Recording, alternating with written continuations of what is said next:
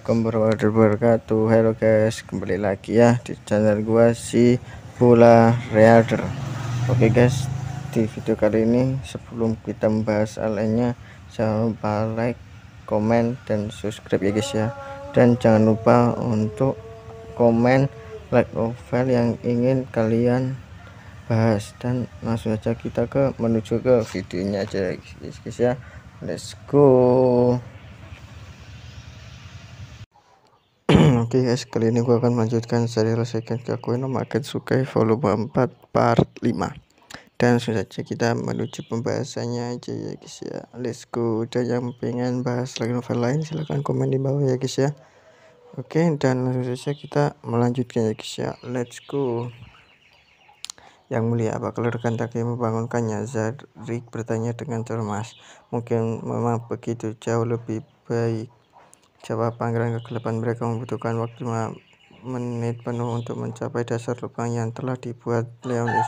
Setelah menyalakan api di ujung tongkatnya, Leonis menyuruh Zarik dan Lena menuntunnya melewati labirin ruangan yang mereka dengar sebelumnya semakin dekat dengan setiap langkah. Boom! Tiba-tiba sebuah rahang besar menabrak dinding. Mata Leonis melebar heran. Ukuran kepala yang tipis dengan mudah melebihi 5 mil. Jika dia membuka rahangnya sepenuhnya, maka dia bisa menghabiskan seluruh ruangan mereka. Namun yang paling mengejutkan, Leonis bukanlah proporsinya. Ini bukan naga, katanya dengan tenang. Hah, kata Leona tercengang, ini hanya cacing labirin besar. Leonis menghela nafas kecewa. Di balik topeng tengkoroknya, cacing labirin adalah monster besar yang membuat rumah mereka di bawah tanah naik ke permukaan untuk menelan ternak utuh. Meskipun tidak diragukan lagi makhluk yang mengesankan, mereka tidak memiliki kecerdasan atau tidak mampu terbang. Saya tidak bisa menyalahkan mereka karena mengira itu naga. Lagi pula belum pernah melihat yang asli.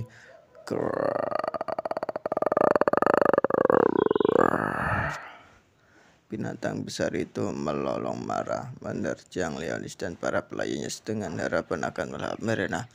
Sugoi. Lena mencicit. Anjing. Jangan takut. Untuk siapa kau menerimaku? Leonis menusuk tongkatnya ke rahang cacing yang terbuka. Orang bodoh yang kurang ajar. Varga. Boom. Sebuah bola api putih pijar meletus di dalam mulut monster itu, meniup kepalanya. Oh, Zarik yang tersandung ketakutan berseru kagum. Cacing itu meronta-ronta dengan liar, membenturkan tubuhnya ke dinding labirin. Itu masih hidup, seru Leonis. Cacing labirin berasa tidak mati karena kehilangan akal. Mereka memiliki kekuatan regeneratif yang kuat. Sekarang apa? Meskipun Leonis berpikir sambil termenung membawa tangan ke dagunya,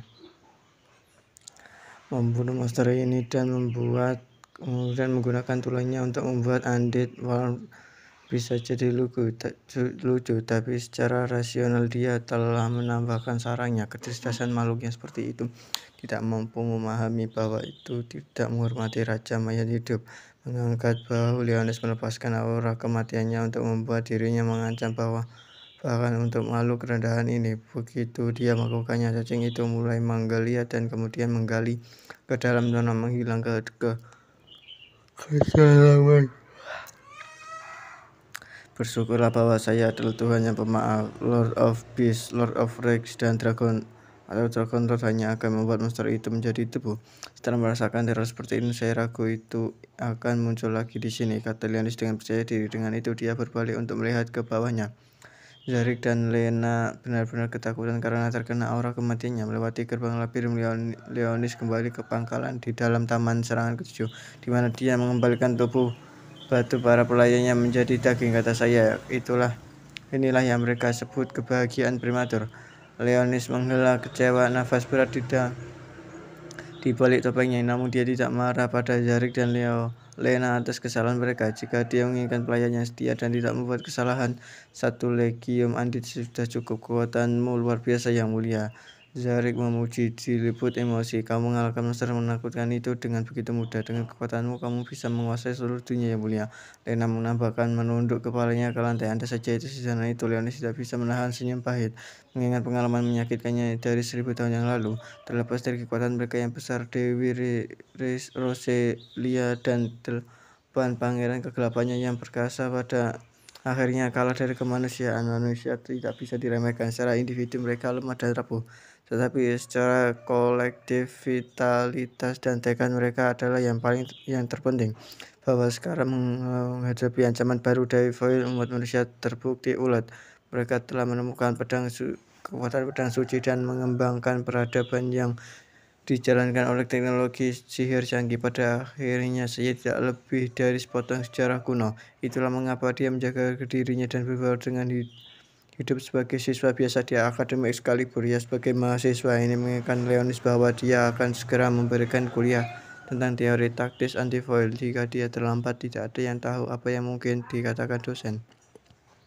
Instruksi di Glace, monster itu telah diurus. Leonis mengumumkan, menggepakkan jubah gelapnya. Aku serahkan sisanya padamu. Tunggu yang mulia. Lena menghentikan. Apa itu? Hentikan. Apa itu? Tanya pangeran kegelapan. Berbalik menghadap wanita muda itu. Saya punya laporan yang dibuat jelasnya. Aku sangat berharap apapun itu ini layak untuk perhatianku, kata Leonis dengan nada jengkel yang menyelinap ke dalam nadanya. Ya, kalau terus begini dia tidak akan datang ke kelas tempat waktu. Koridor bayangan akan memungkinkan dia untuk melakukan perjalanan secara instan, tetapi dia tidak bisa mengikuti perjalanan dengan tampilan seperti ini.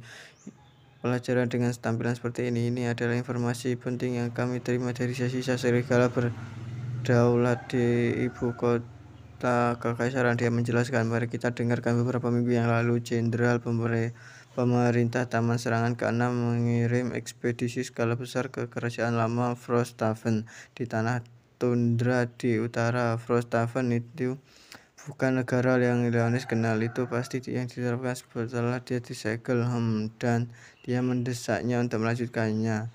Mereka menggali sesuatu di sana dan membawanya kembali ke Taman Serangan ke-6. Apa yang mereka temukan itu belum bisa dikonfirmasi.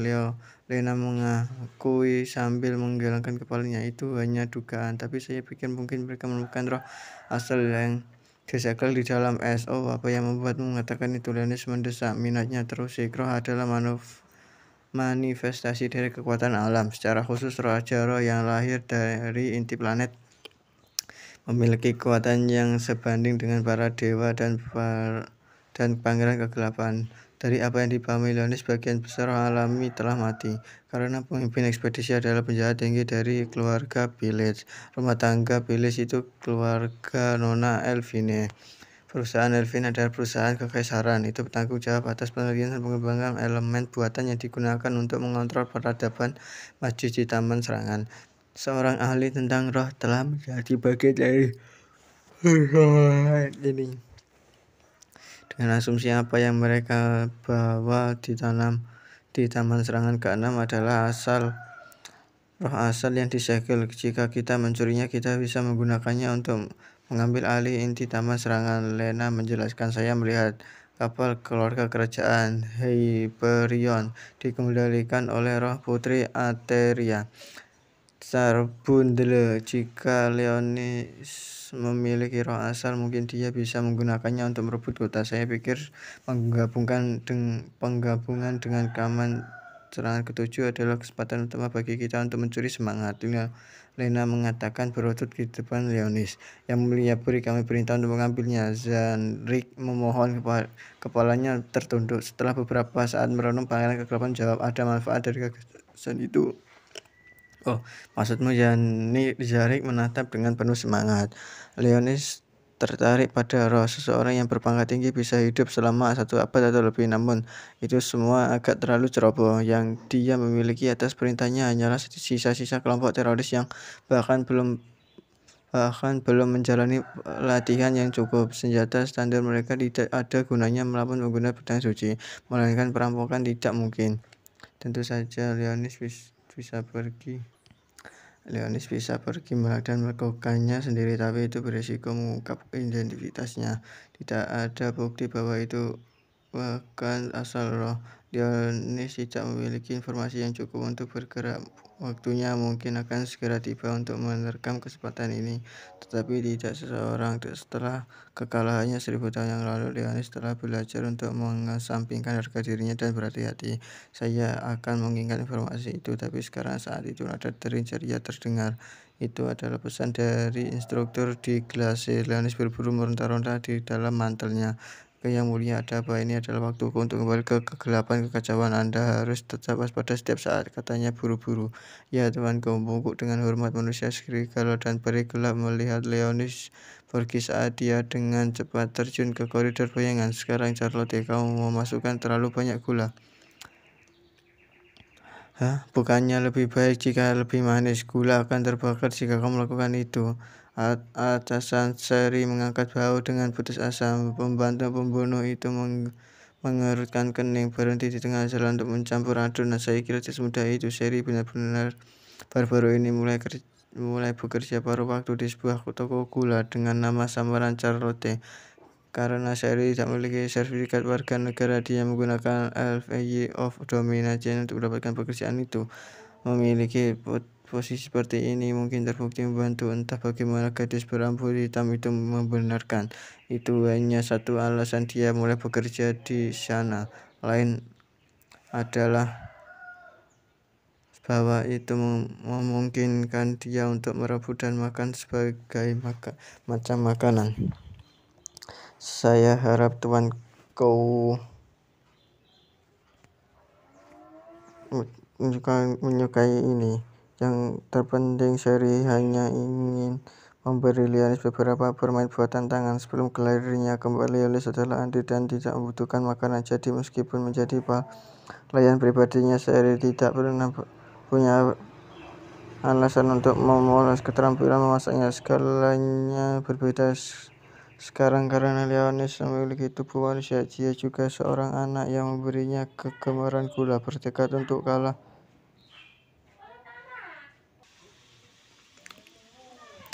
Leonis adalah Andit dan tidak membutuhkan makanan, jadi meskipun menjadi pelayan pribadinya, Sherry tidak pernah punya alasan untuk memoles keterampilan memasaknya. Skalanya berbeda sekarang karena Leonis memiliki tubuh manusia.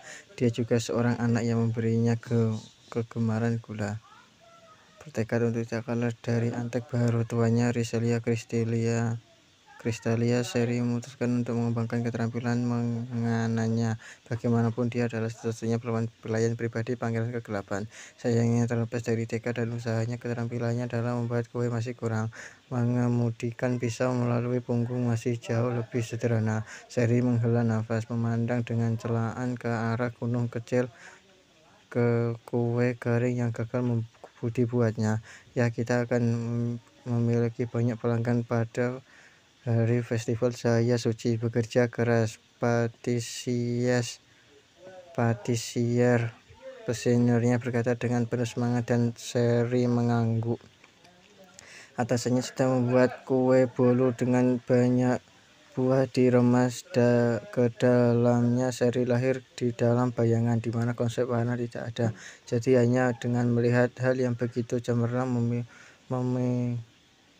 memenuhi hatinya dengan kegembiraan. Sepanjang waktunya sebagai seorang pembunuh tidak pernah membuatnya merasa seperti ini. Sherry Corvette Shadow Assassin pada awalnya adalah senjata pembunuhan yang diciptakan oleh masyarakat pembunuh Realm of Shadow Septentrion.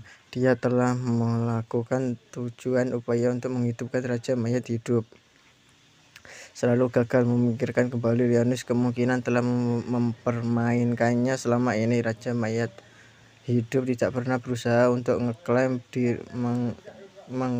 dirinya sebagai pembalasan. Sebagai serangan terakhirnya, Septentrion telah memerintahkannya untuk menghancurkan diri sendiri. Namun Leonis telah menganggap telah berhasil menghapus kutukan detonasi kematian yang telah tersungkur di hatinya. Ketika ditanya mengapa dia melakukannya, Ilaris menjawab, "Kamu sama seperti aku dulu." Setelah disingkirkan oleh masyarakat, Sherry menjadi pelayan pribadinya. Itu adalah pertama kalinya warna mekar di hati pembunuh. Tuanku memberiku semua yang kumiliki, sebuah hati warna semuanya. Jadi saya, Charlotte apa ini? Tanya gadis pembuat kue dengan ekspresi bingung. Melihat ke bawah, Sherry menyadari bahwa ketika dia tersesat di dalam lamunan, dia secara tak sadar membuat semua kuenya seperti tengkorak.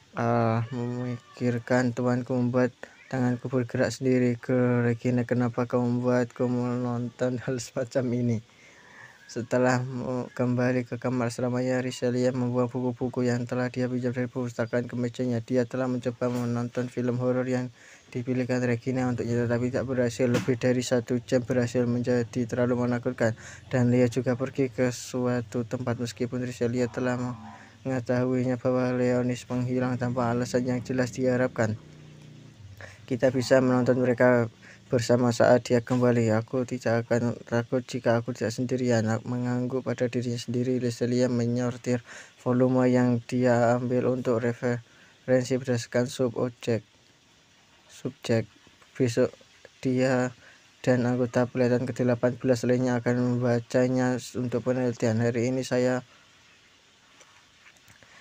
harus bekerja pada decoding ini. Namun Rizelia membuka laci mejanya, mengambil buku yang berbeda. Itu adalah yang dia temukan di meja ayahnya di ruang kerja Crystalia Estate, salah satu-satunya kenangan yang bisa dia dapatkan dari rumah masa kecilnya yang hilang. Dia membolak-balik halaman dengan hati-hati agar tidak merusaknya. Teks itu ditulis dalam bahasa yang tidak diketahui, bahkan Rizelia yang juga fasih dalam dialek kuno tidak dapat menguraikannya. Kosakata manusia dan elf meskipun berbeda memiliki beberapa kesamaan, namun bahasa ini tampaknya sepenuhnya asing. Apa yang dilakukan buku aneh ini di meja ayahnya pada hari terakhir taman serangan ke-7? Andai saja aku bisa bertemu dengan jiwa ayah. Kunci untuk memenuhi kode tulisan ini ada pada 11 lembar kertas yang disisipkan di belakang penjilipan buku. Ayah Rizelia telah menciptakan metode penerjemahan ini. Menggunakan catatan ini, Rizelia secara bertahap membaca buku ini, yang itu panggilan kegelapan dan pahlawan dan pemusnahan. Satu istilahnya diulang kali-kali ke tuan kegelapan, penguasa kegelapan. Ketika Rizelia masih kecil, ayahnya sering menceritakan dongeng kepadanya. Di dalamnya makhluk mengerikan dan menakutkan akan menghancurkan dunia. Satu panggilan kegelapan menguasai langit, namanya Fiora, dari mayat hidup Lenas. Oh sial, bagaimana kata bunda yang tepat bekerja dalam bahasa ini? Dihadapkan dengan buku ini yang ditulis dalam bahasa yang tidak ketahui, Rizelia memegang kepalanya bingung. Di kedalaman lantai bawah tanah ke-11 laboratorium antifoil taman serangan ke-6 dikelilingi oleh partisi dan sekat yang tak terhitung jumlahnya. Adalah balok es besar yang digali di wilayah Frosthaven lama. Fasilitas ini adalah satu-satunya tempat yang bisa menampung benda besar 40 mil. Benda beku itu masih mengeluarkan gelombang dingin, menyebabkan embun beku terbentuk di dinding sektor tersegel. Es itu semacam segel terkutuk. Api biasa tidak bisa berharap untuk merelehkannya. Bahkan serangan kedalaman antifoil dan pedang suci yang mampu menghasilkan api yang kuat tidak efektif. Tidak ada yang tahu bagaimana malak raksasa yang ada di dalamnya bisa terjebak. Hampir terlihat di depan tugas riset Village, kata seorang pria berjas. Dia adalah pengawas perusahaan Village. Tugasnya adalah memantau aktivitas Clauvia dan kemudian melaporkan secara rinci kepada ayahnya. Ayah Clauvia adalah monster dalam wujud manusia, tipe yang yakin dia bisa mendominasi segalanya dan apa saja.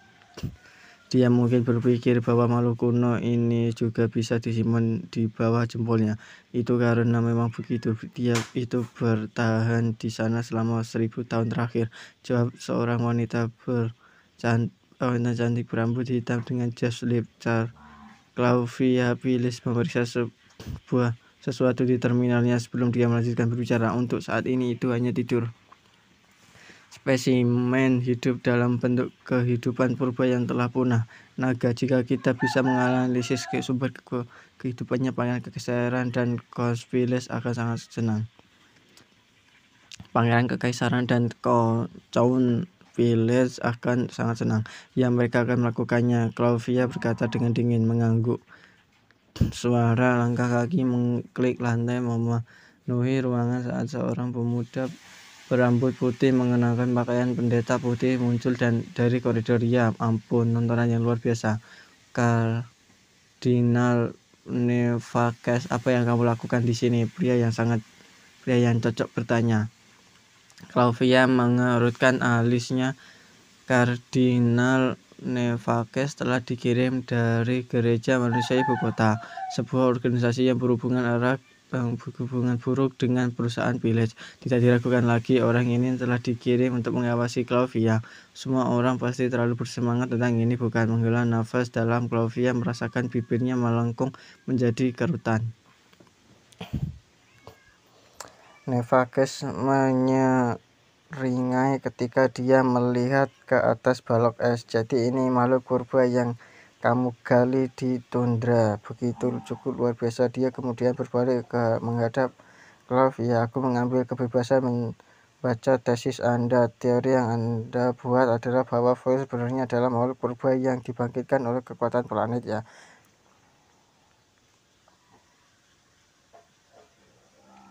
Ya, sampai beberapa dekade yang lalu, teori yang menonjol adalah bahwa Foil adalah bentuk kehidupan asli yang muncul dari beberapa dimensi alternatif. Namun penggalian dalam beberapa tahun terakhir telah menjelaskan bahwa Foil memiliki karakteristik untuk bentuk kehidupan kuno dari dunia ini, seperti mimpi buruk yang melompat dari kehidupan dari dongeng kita. Analisis spesimen ini dapat membantu kita meningkatkan pengetahuan kami tentang Foil. Detail Clavia. Ya, aku sangat berharap begitu. Harapan kami yang sangat tulus adalah melihat penelitian Anda membantu menghapus Foil dari muka dunia ini. Vekanis memandangnya dengan senyum lembut dan mengangguk. Semoga berkat planet ini ada pada umat manusia. Semua berkat planet ini pada umat manusia. Setelah mengembalikan kutipan pria itu yang diambil dari kitab suci Gereja Manusia, Clavia menggungi dia. Clavia Village, dia adalah manusia yang menarik, saya akui. Dengan perginya petugas penelitian, Nevakes tetap sendirian di sektor tersegel. Berbisik pada dirinya sendiri, siapa tahu dia mungkin menjadi wadah yang cocok untuk sang dewi sendiri, katanya menatap balok es raksasa. Jadi inilah kamu, penguasa yang bangga di antara para penguasa.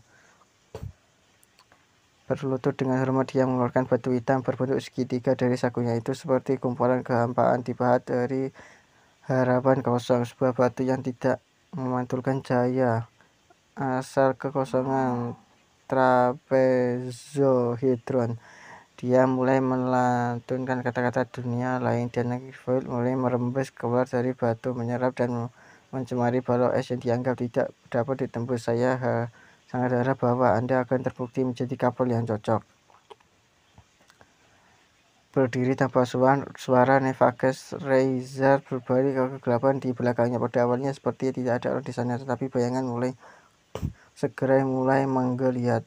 Sheriff Hale, panggil Nevakes. Hadir kumpulan gemuruh berisikan overlay menjawab. Aku hanya meminta sesuatu darimu. Tanya apa saja pada kami, Kardinal. Aku ingin kamu pergi ke tempat bernama Akademi Excalibur di Taman Serangan ke-7. Di sana aku ingin Anda mencari seorang yang tidak benar, bukan. Aku ingin kamu menemukan seorang vampir. Apakah hal seperti itu masih ada di zaman ini? Ya, aku sangat terkejut menemukan diri saya sendiri, tapi itu tidak begitu terbayang lagi pula kamu masih di sini.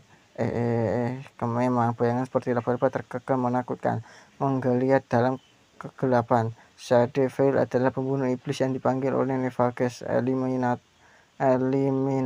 yang berafiliasi dengan masyarakat pembunuhan Real of Shadows, Septentrion. Tidak ada yang lebih cocok untuk melacak dan memburu target. Apakah kita akan membunuh vampir ini? Tidak, aku ingin menyiksa menyiksanya untuk mendapatkan informasi, kata Nevages menggelengkan kepalanya dengan senyum tenang, bahwa dia ke kondisi hampir mati jika kamu harus. Tetapi kamu tidak boleh menghancurkannya sepenuhnya. Gadis Andi yang dia temui di kota yang hancur itu diarukan lagi terlibat dalam penghancuran Tearis Resurrectio. Vampir cantik berambut perak, bawa dia padaku. Oke guys, ini dulu untuk videonya dan sampai jumpa di video selanjutnya. Bye bye.